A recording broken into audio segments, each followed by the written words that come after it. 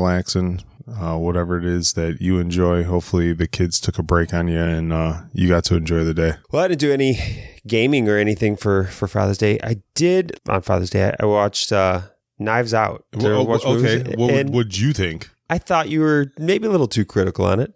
On that movie. It was entertaining. I didn't think it was a great movie, but it's worth a watch. It's entertaining. It got Oscar nominated. Yeah. Like, I know. I guess I don't.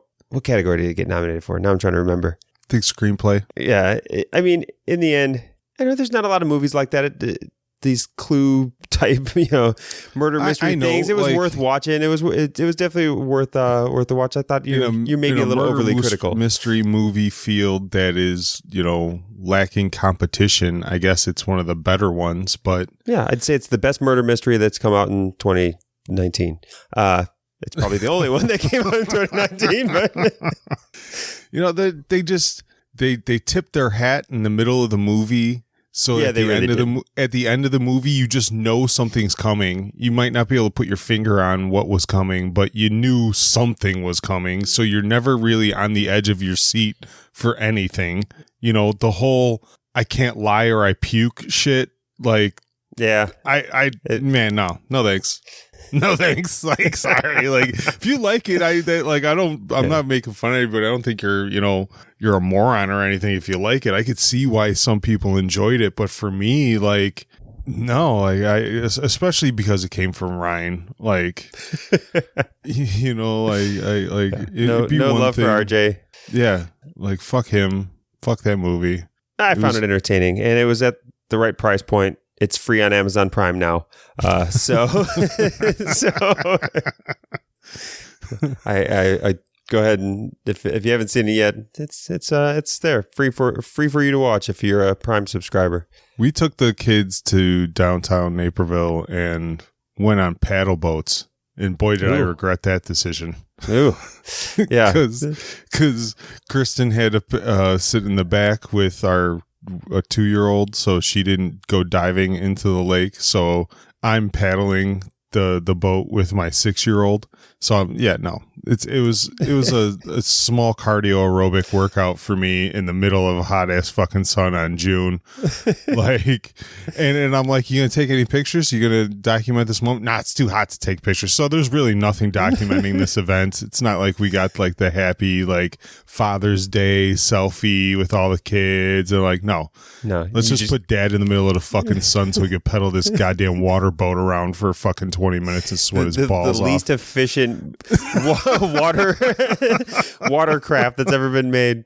It's fucking horrible. And then the whole time you're waiting in line and you got to get on the boat, you got to wear the mask and like it's. I would have way rather just sat on my couch in the air conditioning. No, that's not what you deserve on Father's Day.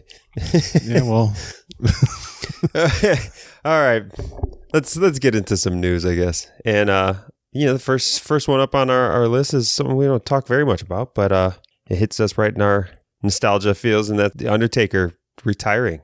Yeah, we don't do much WWE or wrestling on the show. We have a few articles on the website, and we did talk about a little bit here and there, but this one, yeah, I can't remember a time in my life where there wasn't an Undertaker fucking somebody up at some point. Like, and to see him now retiring as I hit 40, it's a little eye-opening.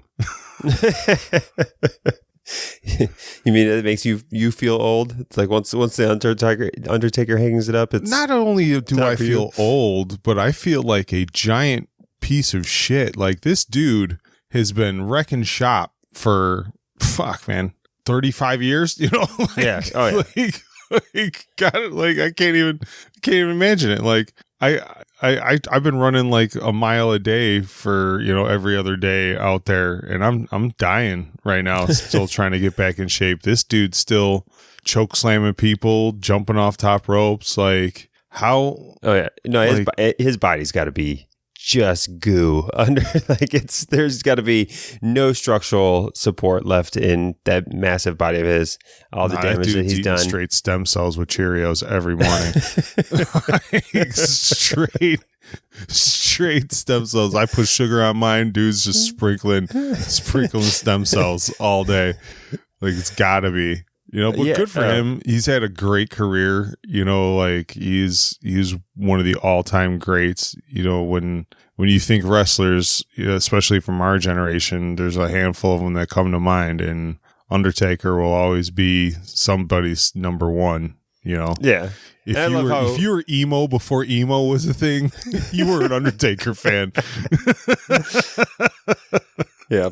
Back in our, when we were younger, WWE still had more of that like mystical component of it, and he was that. Oh yeah, that where like kids would fight you if you called it fake. Yeah, like kids would actually fight you if you called it fake. He completely survived the transition of all right. There's no more mystical stuff. Like now you're just a big dude who's called the Undertaker. Well, in a sport where all of our heroes have come out to be meth heads and coke heads and wife beaters and all kinds of just not totally good humans. Like Undertaker's pretty much rode the ride scandal free. I can't think of it. I'm sure he's probably done something wrong. There's got to be some kind of alcohol abuse in there somewhere, but for the most part, he's rode that bike pretty under the radar and just had this like stellar WWE career. I'm sure there's a bunch of wrestling fans out there yelling at the radio right now. But for us, hey man, see you later, Undertaker. Good job. Congrats, buddy. So thanks for the years, Undertaker. And we'll move on from here.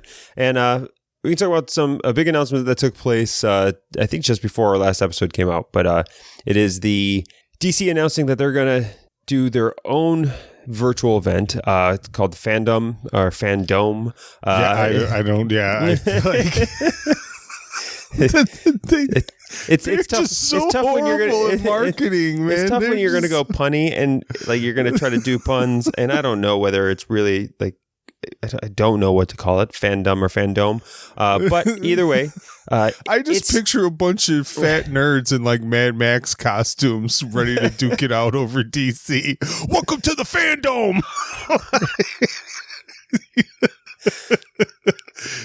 Yeah, absolutely. And I'm here to see Suicide Squad.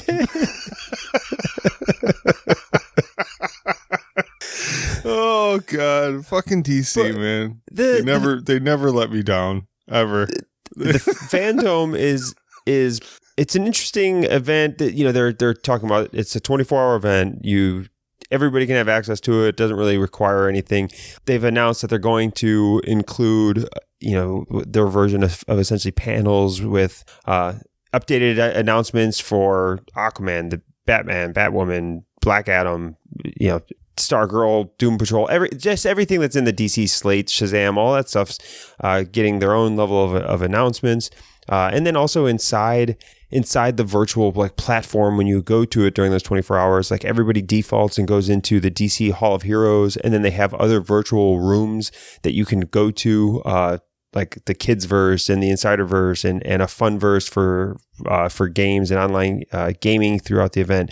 And they've actually done a what looks like could be a pretty interesting take on a virtual convention, that it's not just, hey, a bunch of essentially like 24-hour unlocked YouTube videos that you go there and you can watch. They're trying to build some level of interactive capability to where you can virtually walk through different rooms, but it is content available too. But it is DC, and I'm kind of like, I just got a feeling this is like the digital event of like a garage sale. When you drive by a garage sale, you look at it and you say, it's probably just filled with a bunch of shit, but let's stop and see if there's anything good in here. That's essentially how I see this going down.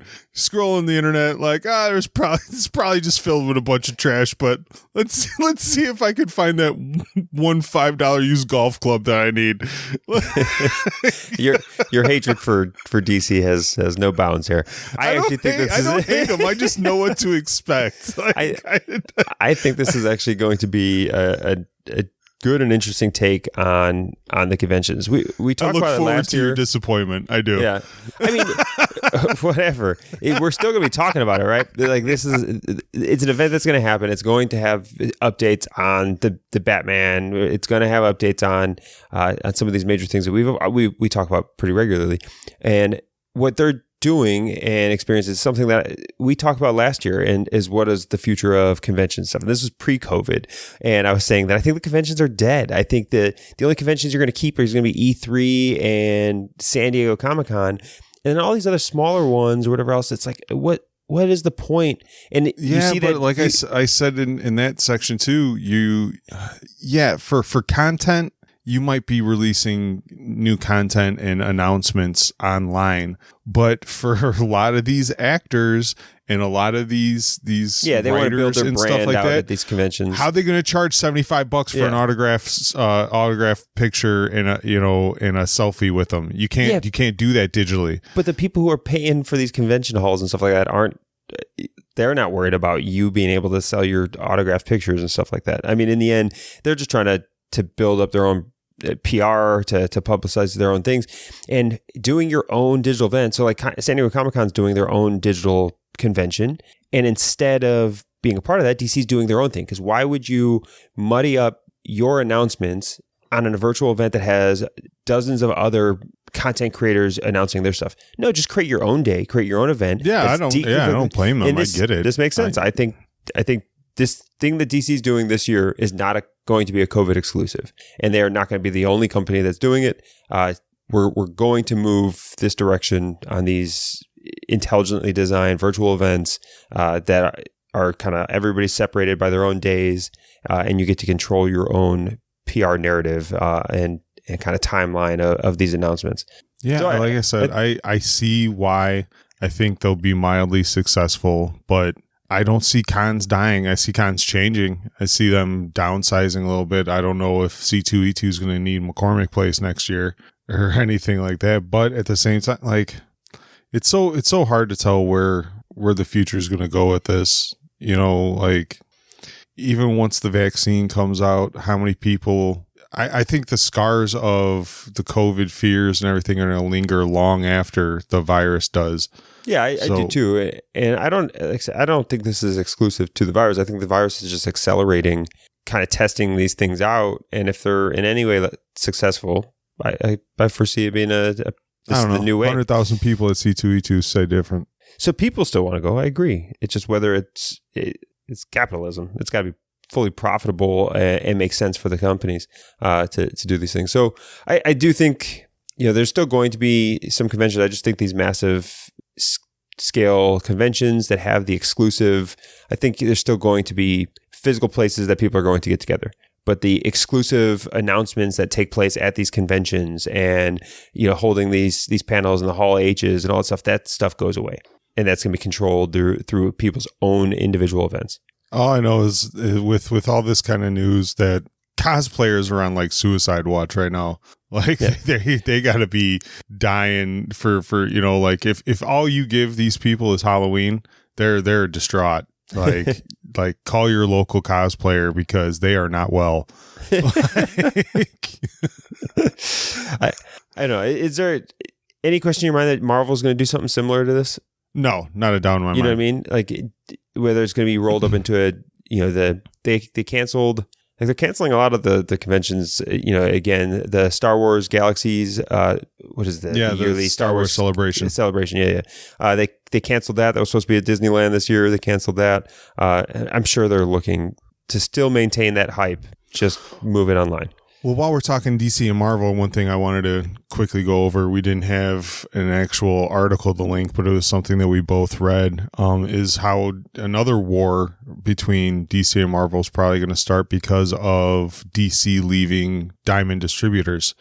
So for those that don't know, Diamond Distributors are the ones that are the comic providers. They're the ones who do all the printing of the comics, shipping and handle all the distribution. With COVID happening, things kind of like fell through. Diamond was hurting. DC wanted to push out comics. Diamond didn't really respond well to it. So DC said that they're dropping Diamond distributors and are going to distribute comics themselves.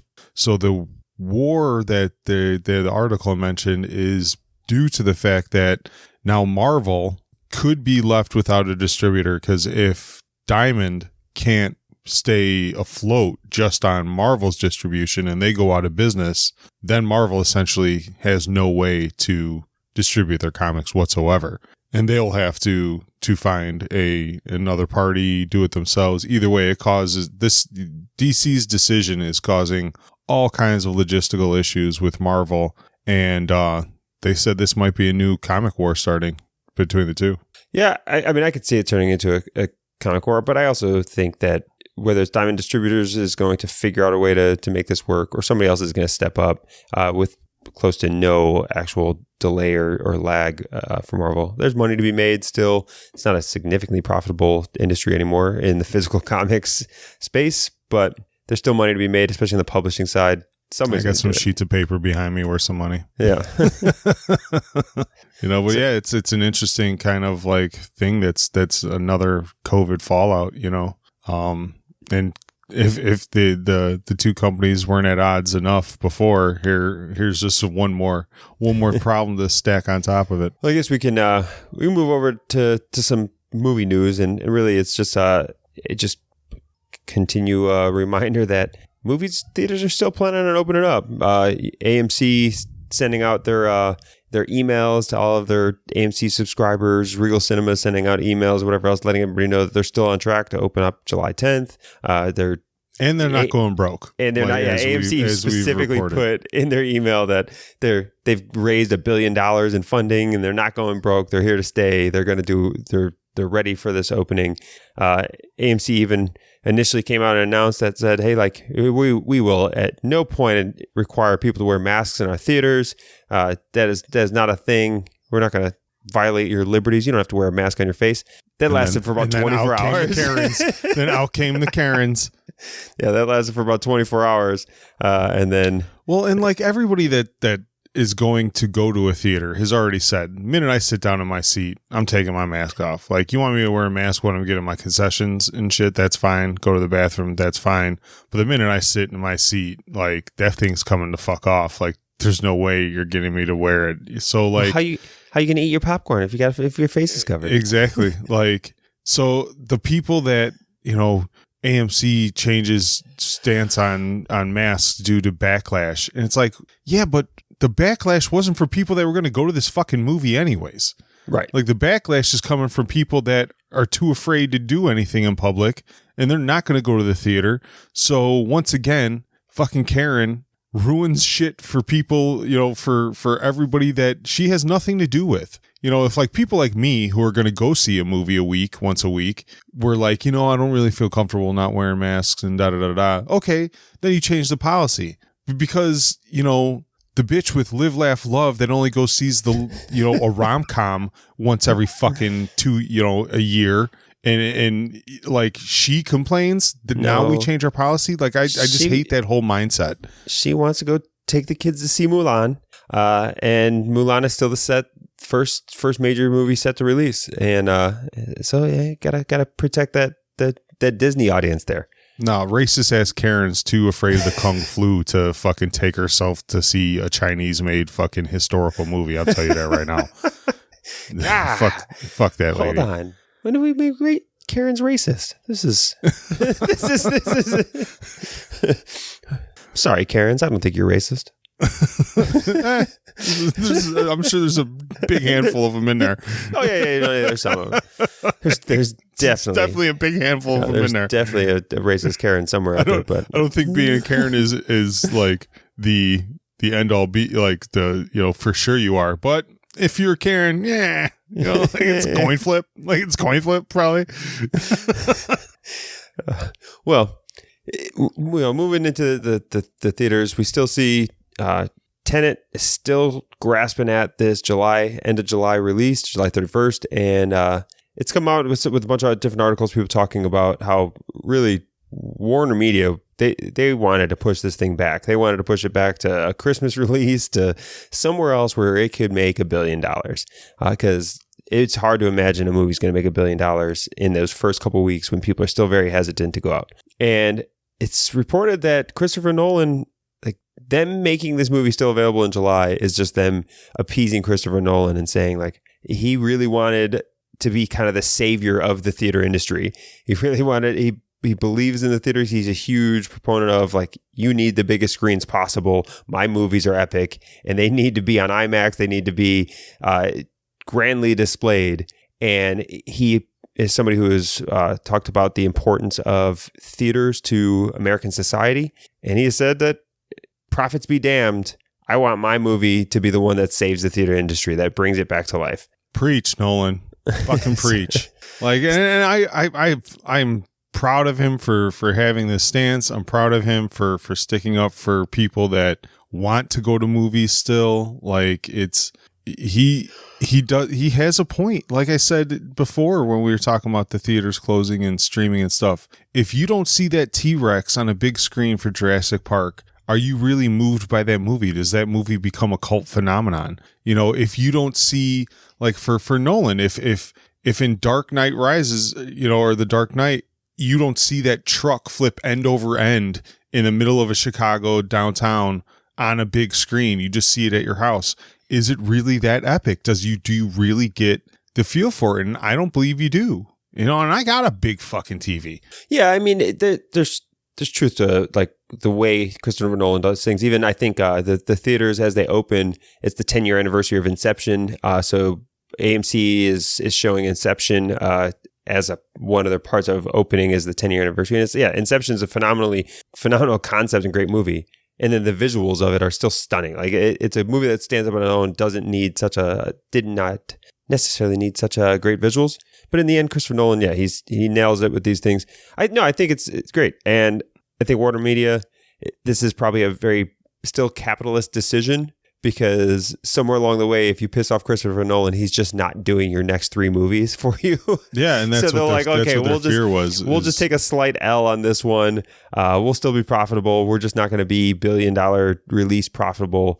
But Christopher Nolan will stick around with us for the next 2 or 3 movies that he's planning. I still think it's going to make a lot of money, just not as fast as a movie like this typically does. It's going to be the only movie out. And if it's as good as he thinks it is, and it's as good as it's been hyped, people will eventually go see it. Like, you may not rush to it, but if you go to the theater and realize, like, hey, it's like fucking 3:00 on a Tuesday and I got some time, like, there's probably only 4 people in the theater.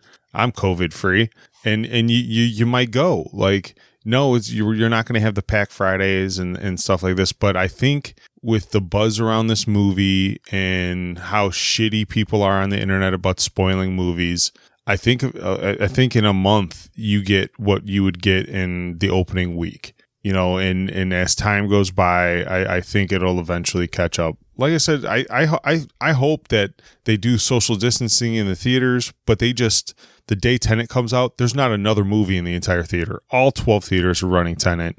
So Mulan's beaten him by a week, right? So Mulan's actually going to be the first major release that comes out, and I think there's still a good chance that Disney pushes that back. I would actually be surprised if Mulan keeps that date of July 17th, I think it is. If they don't, it sucks for Christopher Nolan. He's not going to be the one to save the theaters. The first release to come out, Disney's going to get all that credit. Well, yeah, I still like you said, that Mulan could still get pushed, especially with what's going on in China. Because if China has an uptick in COVID and they don't get to release it in China, they're shutting it down again. They'll probably shut it down again, because that's a huge profit driver for Disney. So. You know, but like you said, I don't think Nolan gives a fuck. I think he just wants his movie out there, and he wants people in the theaters again. And good for him for being the one that stand up for guys like me.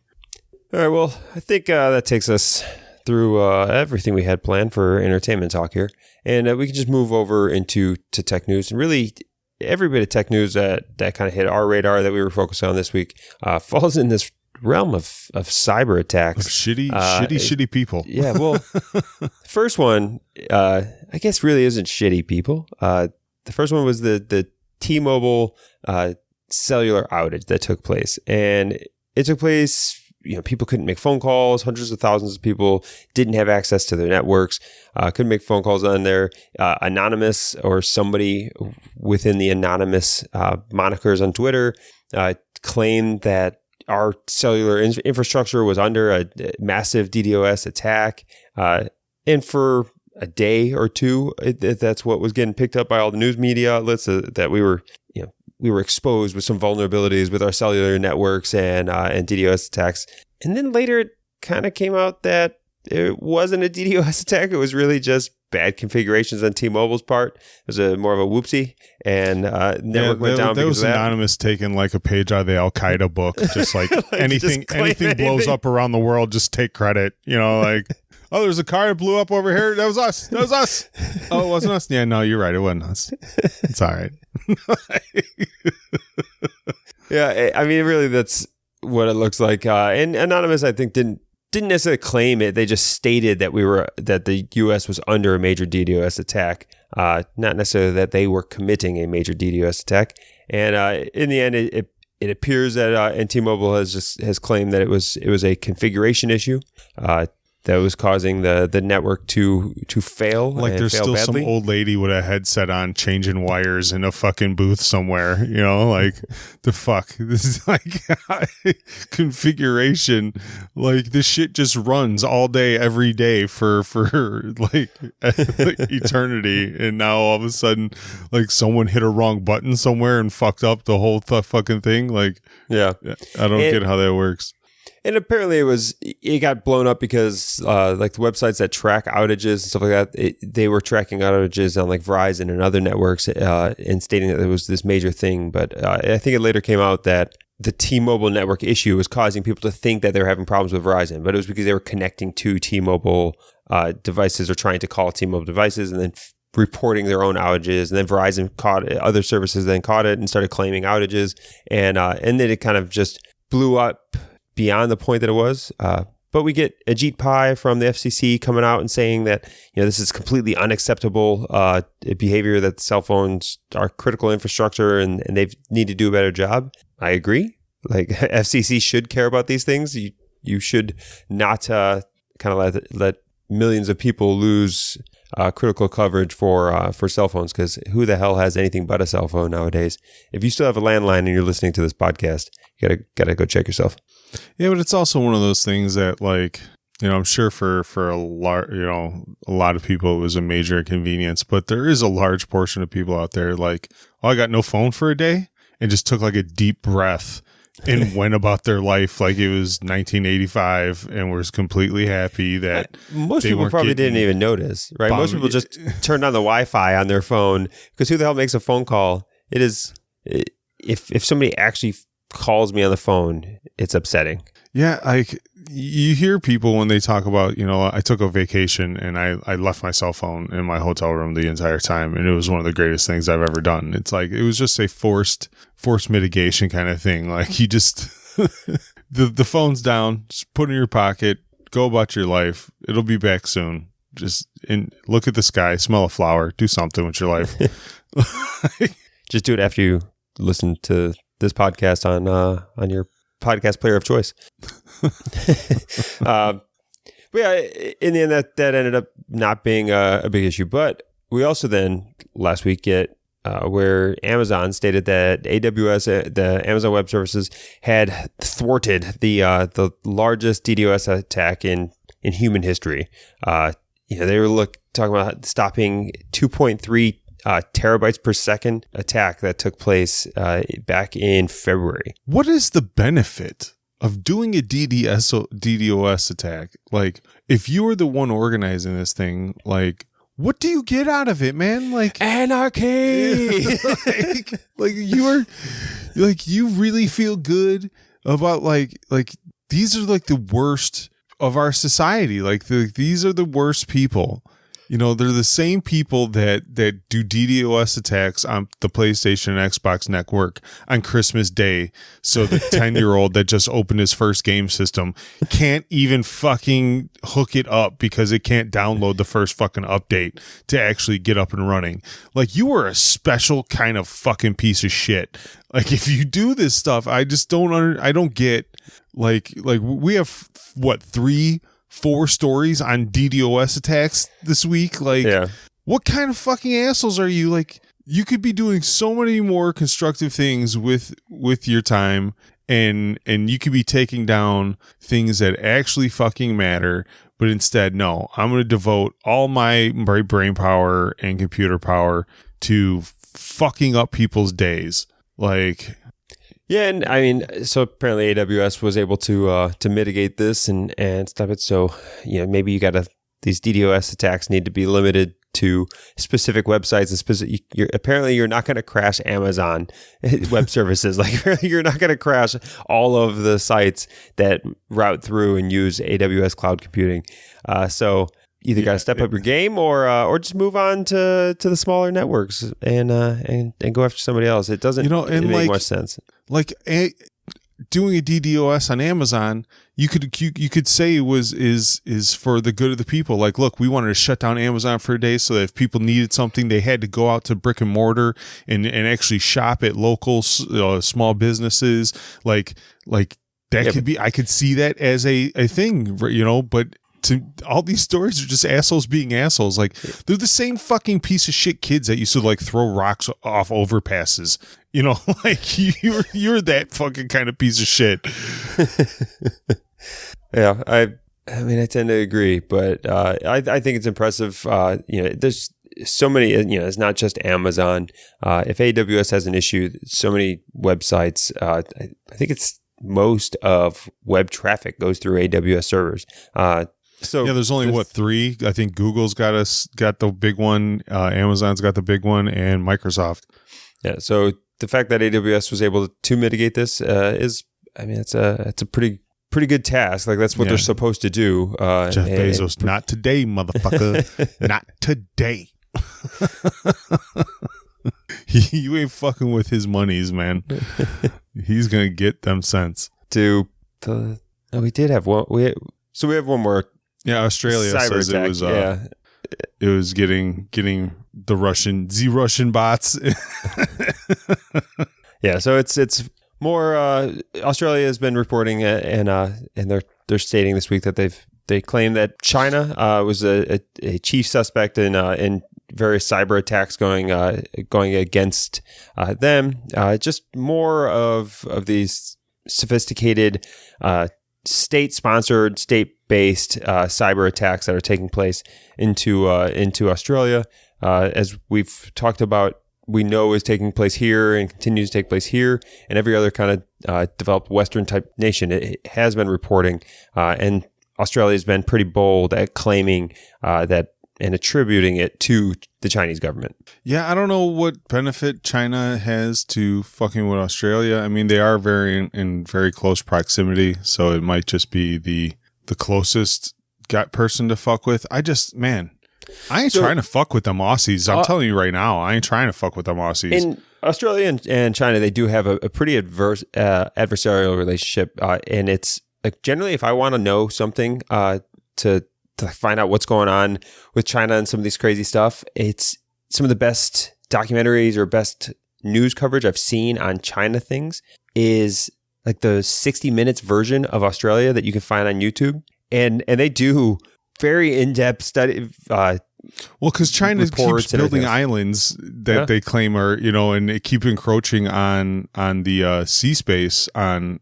Australia to where, some of these shipping lanes now are very narrow, and like I could see it. I just, man, like we had a big worry about murder hornets here. Like if I was China, I'd be worried about them dropping crates of scorpions and all kind like we were about chemical warfare and stuff like this. Like, they got things on that island that you do not want invading your ecosystem. Ecosystem warfare. Yeah, But then again, my ignorant ass, whatever lands on that country, they're just gonna put it in a shop, cook it, and eat it. Like you drop crates of scorpions on China, they just look at it as high protein. Like they're not giving no fucks. Well, and then I guess we can move over to another hacking news. This one just being way more entertaining to me. This is entertaining. Wired magazine put up an article about how dating apps were exposed for 845 gigabytes of explicit photos and private messages and chats, and the headline in itself is like, oh damn, there's a bunch of dick pics and nudes floating around from like who's doing that within their dating service? I follow that. I think it's either a Facebook page or an Instagram page, that Tinder Nightmares. Oh god, and it's just people screenshotting their Tinder messages and putting them on Instagram and stuff. Oh. Like, yeah, this is my god. This is great. I just have like this weird vision in my head that there is some like just evil dude working on a 20-year plan, creating like the biggest cache of dick pics that he's going to unload on the world one day. And, we're going to wake up one morning and it's going to be like, every penis in the world is now on file on this website. All you have to do is type in a name and search. And there is his penis.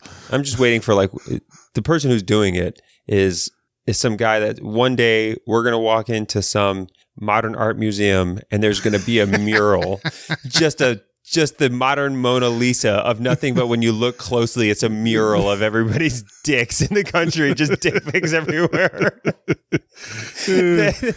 That's the best use of a collection of dick pics. Honestly, I would go to that exhibit if it was just like if it was all famous dicks made up of dick pics. So it's like a picture of Richard Nixon, a picture of Dick Clark, and it's just all and you just walk through this whole gallery of dicks made of dicks.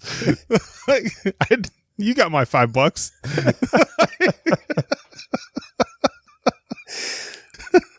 Any of our Nerd Cantina artist friends out there, get on it. Yeah, get on it. There's a cache of penises out there somewhere on the dark web. Yeah.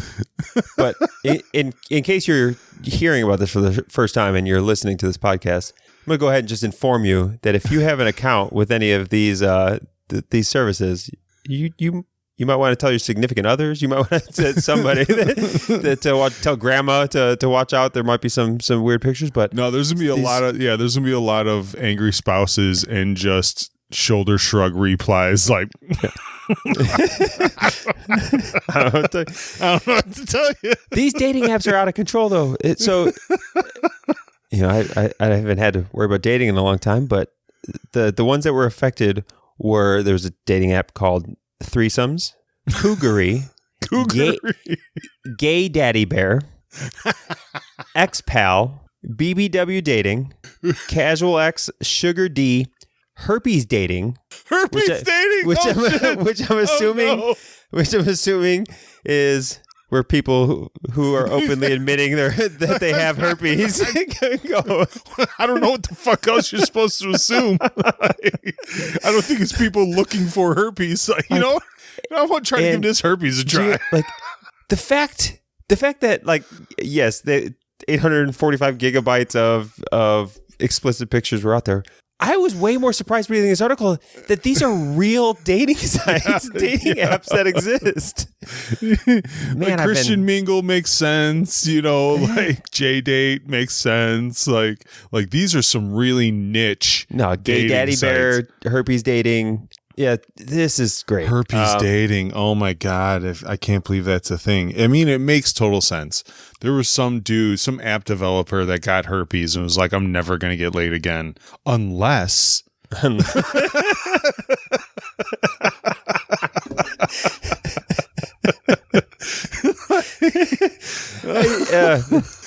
best part is, I mean, people are making money on all these things. And it gives me hope that apparently there's still plenty of money making ideas out there. How do you tell your friends how you met your lady? Like how do you How do you tell that story at the restaurant now? Like, how do you go about that part of your life? You know, your kids ask you one day, how'd you meet mommy? Well, Daddy had a burning sensation and was looking for other mommies with burning sensations. It's great, but if you have an account on any, there's no judgment here. No judgment. Not judging you. If you've got an account on any of those things, though, you might want to check the database. Bet I have 2 friends on the BBW one. I'm willing to bet for sure.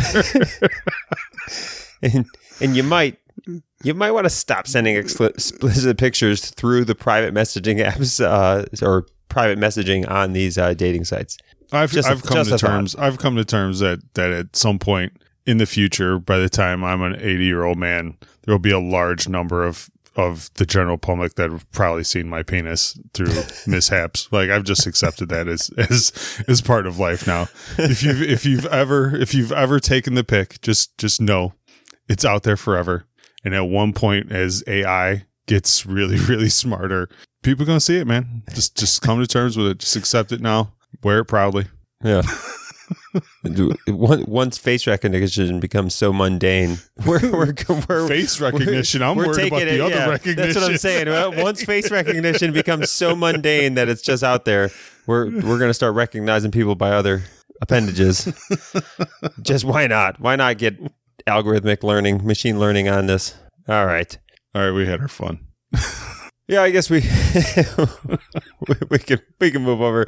All right, and then we can move over to really the last segment here. That's a little bit of space news, and it was picked up by like every news source this week. Was some British scientists, astronomers came out. I think it was a pair of them that came out with a peer-reviewed journal that there are at least 36 intelligent alien civilizations in our galaxy, and it really got picked up because there's 36. It's such a definitive number that scientists must really know what they're talking about now, and they must have really found this. It's not 37. They said 36. They said 36. Very specific.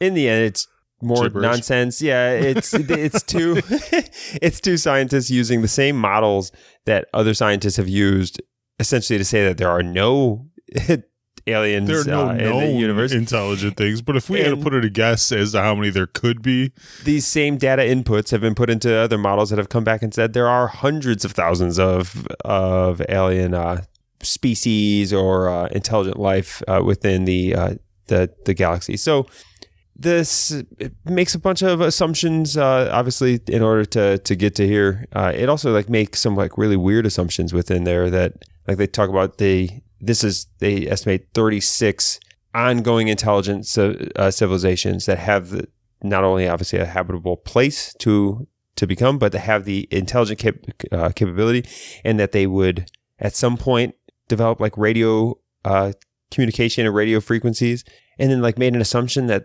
radio communication would only be relevant in alien life for 100 years. So you would only be able to detect them for about 100 years. And think hold on a second, why would you make that assumption when we have been using radio technology for more than 100 years ourselves? So why would you assume that it's just there's weird findings that take place in this one? So I think there's just a bunch of astronomers and scientists out there that the fact that we can't find one other species right now is the bane of their existence. They just believe so wholeheartely that there are other intelligent life forms out there, and they're just so mad that they can't find them, that they just you run into that wall so many times, you pull a couple of these out of your ass from time to time. The math says it is. I'm telling you, the math it's impossible that there's not. And I truly believe that there's other intelligent life out there, but I also would not be shocked if we were the only thing floating around this big fucking empty galaxy that is smart enough to, it wouldn't shock me either that if Earth was the only thing with life on it. Neither one would surprise me. I don't know. I still think it would shock me if there was no other life. It would actually shock me if there was other intelligent life and they're this obsessed about reaching out to other people. I think really truly intelligent life would just take care of the planet that they're on, and they would just live a good, comfortable, happy life and not be so damn concerned about everything else. Well, I mean, there's also, if if we could, like, you can never definitively prove, but if we came to consensus that, like, yeah, we're probably the only intelligent beings out in the universe, and, you know, this is the only planet that was capable of growing life, like, maybe people would take a step back and realize, like, how special life really is, and kind of reevaluate what they value and how they go about their day and how they treat people, and like the lottery of events that had to happen to get us to be sitting here recording a podcast is staggering. And there's something beautiful about that and special about that. And the fact that everybody else is, like, hoping that this phenomenon called life isn't not just, like, exclusive, but isn't, like, common. Like, I don't know. I think it takes something away from the human experience sometimes. I don't know. That is way more hopeful than I was ever expecting from you. That's way more philosophical and hopeful than I expect of you. Normally, I would expect you to go the route of being like, you know, if the random phenomenon that it made us exist isn't good enough to, like, that shouldn't be good enough to regulate people, because really we still had shitty people when we thought it was divine intervention that just put us there to be great people. Otherwise, we're going to burn in hell. That's not good enough. So why would the random chance that put us together on Earth, like, all of a sudden give us this better understanding of meaning? It would not.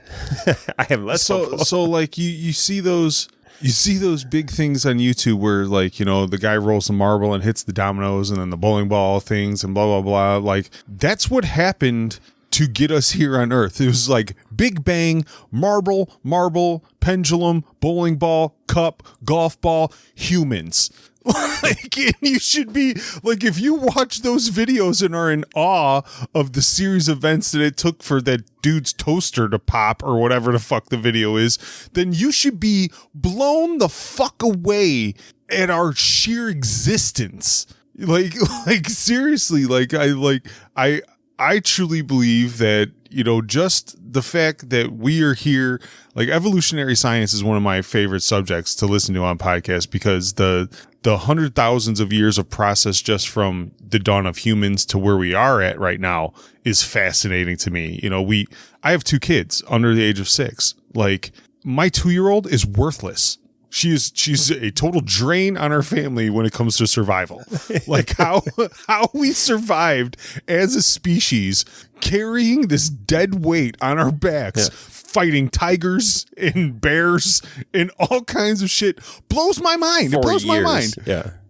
Like, so if we are the only ones out here, I don't see that as a disappointment. It just highlights the beauty of the human experience and how fortunate we should all take our lives, and maybe you should put that in some perspective and not call the cops on the barbecue next to you, man. I'm gonna put it in a different perspective and say, if you recognize all of this crazy chance that took place and the marbles and the bowling balls and everything else to get us here, then you also then recognize how insignificant you are in the grand scheme of things. So YOLO. Fuck it. Send that dick pic. You be happy. What you do has no fucking purpose. Send that shit. You just do you. Be happy. Fuck everything else. Because life is pointless. That's it. I'm signing up on Herpes Meat tomorrow. Oh, all right. Well, with that said, promo, Cantina, Facebook group, sign up. Likes, shares, reviews. We appreciate it all. I think that's it. That's too funny. Yeah. Well, Dan, thanks for listening, guys. Today was a fun one. I laughed a little bit more than usual. All right. Well, thanks again for listening to episode 86. And until next week, see you, nerds. See ya.